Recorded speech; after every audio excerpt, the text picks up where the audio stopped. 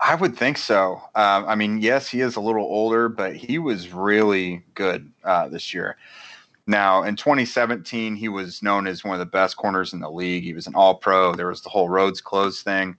2018 and 19, Vikings fans were okay with him leaving. He comes back, or he comes to Indy. Like you said, he's reunited with Jonathan Gannon and Alan Williams, who were with him in Minnesota, and he looks really good again. With the standards for what gets you to the Pro Bowl nowadays, I wouldn't have been surprised for him to be named to the Pro Bowl this year. Yeah. He wasn't named to it, but he had a really good year. I think the Colts would like to have him back, but I think his contract is going to be really interesting because he's had an all-pro past. He had a downturn in his career, but then he bounced back to a pretty decent degree. So is his market going to be $12 million a year or so?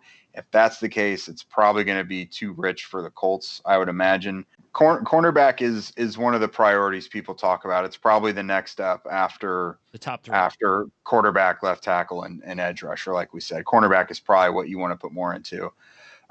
So Marvell Tell was probably going to factor in pretty healthily into that group this year, but he was a COVID opt-out.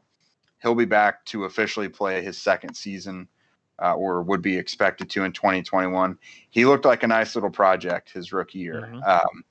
TJ Carey gave them, I think, a lot more than they expected.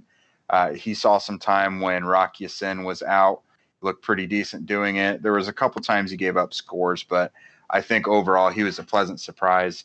But yeah, Xavier Rhodes, you really would like to have him back because it creates more depth issues if he's not there. But they're not going to give him a ton of money just because they need the position.